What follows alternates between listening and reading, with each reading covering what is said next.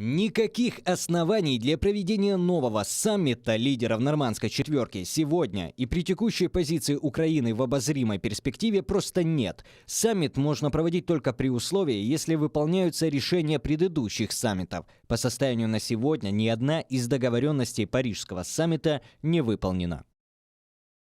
Но ведь договоренности Парижского саммита не выполняются как раз-таки со стороны РФ, нет?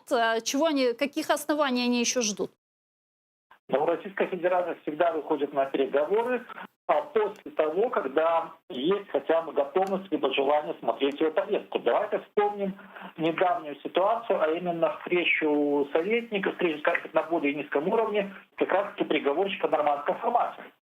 И то, что говорил и Резников, и то, что говорили уже в Москве, то есть по большому счету подвижек во время этой консультации не было. То есть Российская Федерация желала получить определенные, ну, если не гарантии, то, по крайней мере, готовность со стороны Украины, высказанную обсуждать политический блок. Насколько я понимаю, такой готовности даже близко не было продемонстрировано. Ну и, соответственно, для России это большое разочарование. В таком случае, если ее повестка не присутствует на саммите руководителей стран нормандской четверки, то какой смысл туда Путин ехать? Выслушивать как раз-таки то, что, ребята, давайте вы будете выполнять свое слово. Но это не слишком приятная функция для президента Российской Федерации.